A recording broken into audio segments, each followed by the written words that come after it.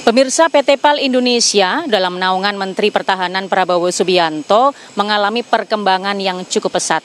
Ada 41 kapal yang diperbaiki atau refurbishment dan R41 ini menjadikan PT PAL Indonesia menjadi soko guru industri maritim pertahanan Indonesia.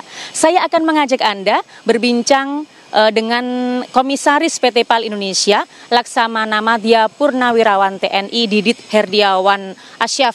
Selamat siang Pak Didit. Selamat siang Mbak. Lagi asik meninjau kapal yang diperbaiki Pak? Betul, jadi saya sedang mengecek perbaikan kapal program R41, refurbishment 41 kapal, yang mana semua galangan dilibatkan ini, yang di Indonesia, baik yang BUMNIS maupun yang swasta. Nah, ini kebetulan saya sedang meninjau KRI Halasan, salah satu kapal cepat rudal kita, yang mana dilengkapi dengan senjata peluru kendali Exocet di sini. Sedang melaksanakan perbaikan R41. Nah, Mbak kalau lihat ini sedang melaksanakan pengelasan lambung, di mana ini perawatan bawah air, makanya harus naik ke atas dok seperti ini. Sehingga semua perbaikan yang berupa bagian bawah air ini sudah bisa kita rawat. Nah, ini sebagai contoh juga perawatan jangkar, terus perawatan lambung kapal, terus perawatan lagi ini ada manipol Mbak, di situ ada semacam knalpot bawah air itu juga diperbaiki. Di belakangnya itu ada kemudi, terus ada propeller dan as propeller itu diperbaiki juga semua. Sehingga nanti begitu ini kapal turun bisa siap operasi. Yang berikutnya KRI Halasan ini merupakan salah satu dari 6 kapal yang sudah melaksanakan kegiatan perbaikan. Dan ini terus kita lanjutkan. Setelah ini selesai, diturunkan, masuk, diairkan kembali, bagian dalam baru diperbaiki. Karena itu perlu semacam penyalaan peralatan-peralatan, baik itu untuk DG atau diesel generator, baik itu pompa-pompa, perlu ada air pembilas di dalamnya. Pak Didit, dari 41 kapal yang diperbaiki, yang paling canggih yang mana Pak? Oh, ada. Yang sekarang ini sedang diperbaiki adalah KRI Raden Edi Martadinata. Itu tipe kelasnya PKR, perusak kawal rudal. Ada nanti, kalau mau ditinjau, monggo, nanti kita ke sana. Oke, canggihnya seperti apa Pak? Canggih, ya sudah bisa melaksanakan kegiatan peperangan anti atas air, anti bawah air, terus anti permukaan, anti udara, dan lain sebagainya. Ini kita sudah lakukan, dan itu semuanya terintegrated di dalam satu kegiatan, yang mana bisa melaksanakan kegiatan pertempuran laut. Demikian. Pak, ini perbaikan 41 ini kan bukan jumlah yang sedikit ya Pak ya? Betul. Ini diinisiasi oleh Menteri Pertahanan Prabowo Subianto. Membutuhkan dana berapa Pak Didit? Dananya total ya, semua sekitar 980 juta dolar. Perlu diketahui Mbak, jumlah 41 kapal ini merupakan inisiasi dari Bapak Prabowo Subianto, yang mana disetujui oleh Bapak Presiden melaksanakan kegiatan perbaikan ini. Terus terang, saya semenjak letnan, letu, kapten, mayor, sampai jadi komandan satuan, sampai jadi panglima, sampai jadi wakasal, perbaikan 41 ini belum pernah ada. Maksimal itu cuma 7. Ini 41 Mbak, dalam kurun waktu yang bersamaan.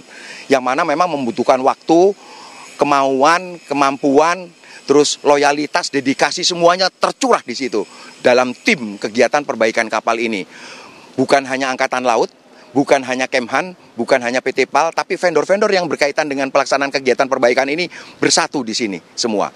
Dan sebagai catatan lagi Mbak, ini kita juga harus bersyukur bahwa Pak Prabowo Subianto mempercayakan kepada industri strategis nasional, khususnya yang melaksanakan kegiatan perbaikan kapal-kapal ini di galangan-galangan kita.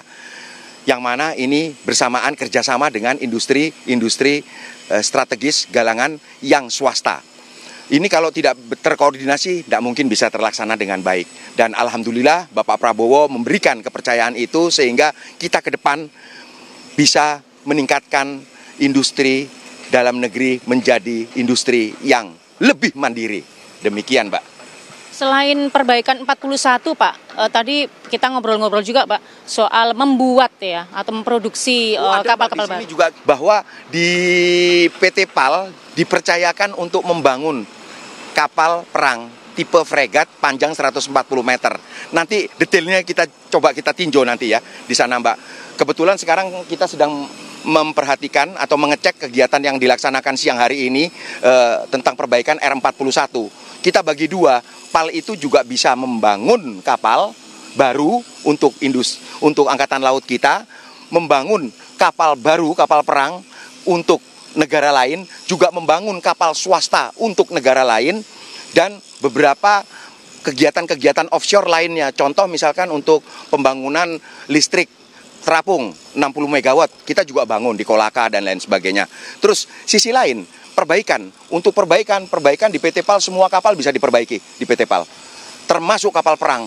Oleh karena itu, dengan kebijakan Bapak Prabowo Subianto, ya alhamdulillah sekarang ini PT PAL 3 tahun ini mencatat rekor kenaikan pendapatan, dan ini tahun ini 3,6 triliun kita dapat, yang mana dalam sejarah juga belum pernah kita lakukan kegiatan seperti ini. Dan insya Allah ke depan jauh lebih baik lagi.